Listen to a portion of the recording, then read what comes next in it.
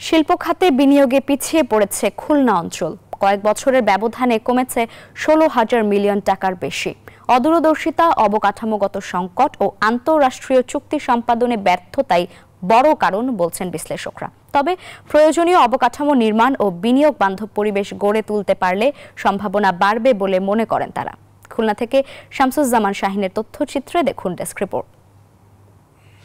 বিনিয়োগ উন্নয়ন কর্তৃপক্ষের তথ্যমতে 2020-21 অর্থবছরে খুলনা বিভাগের বিভিন্ন শিল্প প্রতিষ্ঠানে দেশি বিদেশি বিনিয়োগ হয়েছে 17,472 মিলিয়ন টাকা। 2021-22 অর্থবছরে হয়েছে 10,493 মিলিয়ন এবং 2023-24 অর্থবছরে হয়েছে 909 মিলিয়ন। 3 বছরের ব্যবধানে বিনিয়োগ কমেছে 16,563 মিলিয়ন।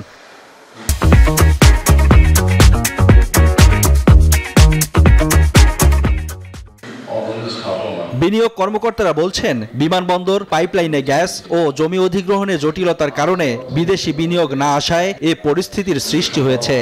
খুলনা অঞ্চলে যদি একটি এয়ারপোর্ট হয় তাহলে তারা সহজে যাতায়াত করতে পারে তাদের এলাকা থেকে। আর পাশাপাশি গ্যাস, ইন্ডাস্ট্রিয়াল গ্যাস, এটি খুব জরুরি।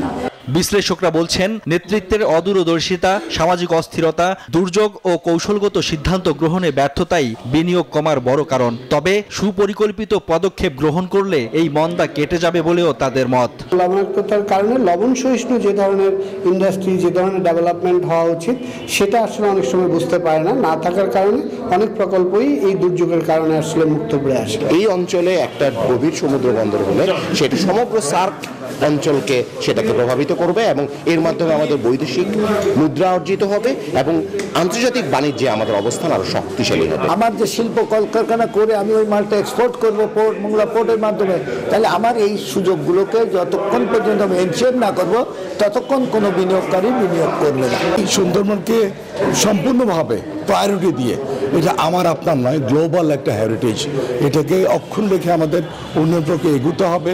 খুলনা বিভাগে বিনিয়োগ বৃদ্ধিতে যথাযথ পদক্ষেপ গ্রহণের তাগিদ বিনিয়োগ বিশ্লেষক ও উন্নয়ন কর্মীদের।